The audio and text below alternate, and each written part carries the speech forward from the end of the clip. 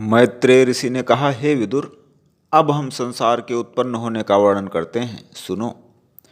ब्रह्मा जी से मरीचि नामक पुत्र उत्पन्न हुआ और उसके कश्यप और कला नाम के 2 पुत्र उत्पन्न हुए और उसके बहुत सी संतानें हुईं। मैं स्वयंभू मनु की संतान का वर्णन करता हूँ, सुनो। राजा स्वयंभू मनु के देवहूति आदि 3 कन्याएं और उत्तानपाद प्रियव्रत नाम के 2 पुत्र हुए। देवहूति का विवाह कर्दम ऋषि से हुआ था, जिनके यहाँ भगवान कपिल देव ने अवतार लिया था।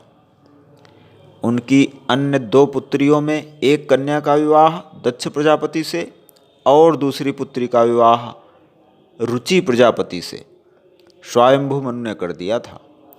रुचि प्रजापति के उस कन्या से अत्रि नाम का पुत्र उत्पन्न हुआ और अत्रि से 3 पुत्र उत्पन्न हुए। हे विदुर, अत्रि ने भी ब्रह्मा जी की आज्ञा से संसार उत्पन्न करने की इच्छा मन में रखकर ऐसा विचार किया कि मेरे पुत्र को भी संसारी जीव उत्पन्न करना होगा।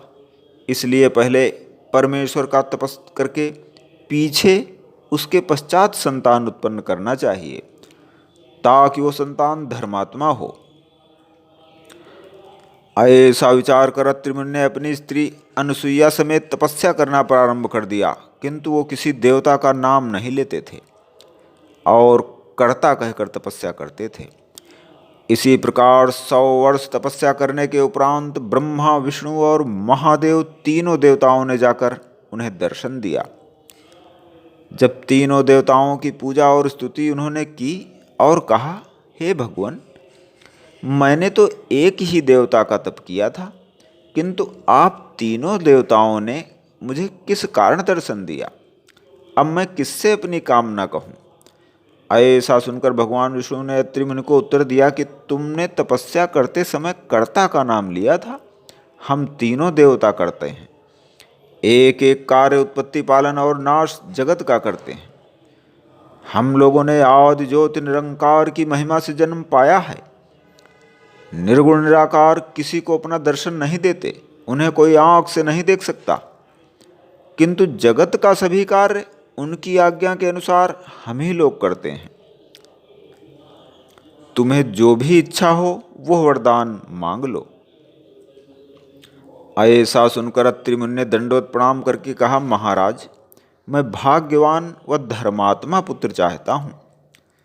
तब ब्रह्मा जी, विष्णु भगवान और भगवान महादेव जी ने उन्हें इच्छा अनुसार वरदान दिया और अपने लोक को चले गए।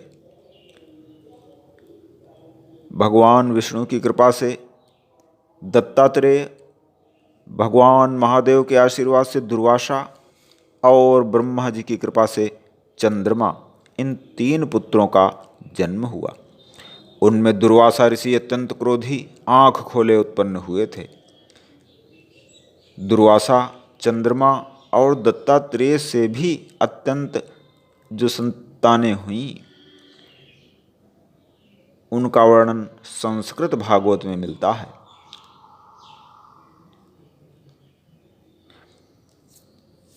दक्ष प्रजापति के 60 कन्याएं उत्पन्न हुई थीं। उनमें सती नाम की कन्या का विवाह भगवान महादेव जी से हुआ था।